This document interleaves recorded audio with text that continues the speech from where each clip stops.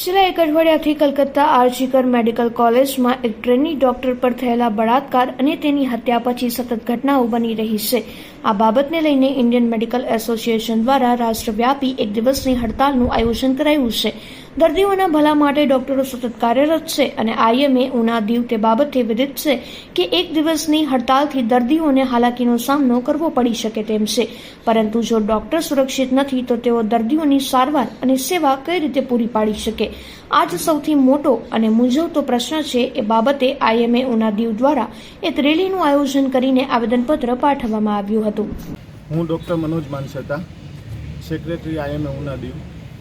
આજ રોજ અમે કલકત્તાના આરજીકર મેડિકલ કોલેજ ખાતે ટ્રેની ડૉક્ટરની નિર્મમ હત્યા અને બલાત્કારના વિરોધના સંદર્ભમાં ઉના આઈએમએ દીવે આઈએમએ ઓલ ઇન્ડિયાના અનુસંધાને સ્ટ્રાઇક રાખેલી છે. તારીખ 17 સવારના 6 વાગ્યાથી લઈને કાલે સવારના 6 વાગ્યા સુધી, જેમાં દર્દીઓને હાલાકી ન પડે એટલા માટે ઇમરજન્સી સેવાઓ ચાલુ છે. ઓપીડી અને રૂટીન વર્ક બંધ રાખેલું છે.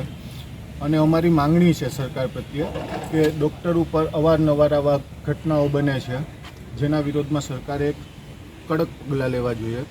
એ ઉપરાંત ડૉક્ટરો ઉપર મારપીટના અને જૂના ઘણા બધા કેસો છે, જેનું જલ્દી નિવારણ આવે માટે નવા કાયદા બનાવવા જોઈએ. લોકલ લેવલે પણ ઘણી જગ્યાએ આવા કિસ્સા બનેલા છે, જેના માટે આપણે ઘણીવાર કમ્પ્લેન કરીએ છીએ, પણ જે ધારાઓ સરકારે લો પાસ કરેલ છે એ ધારાઓ એડ થતી નથી.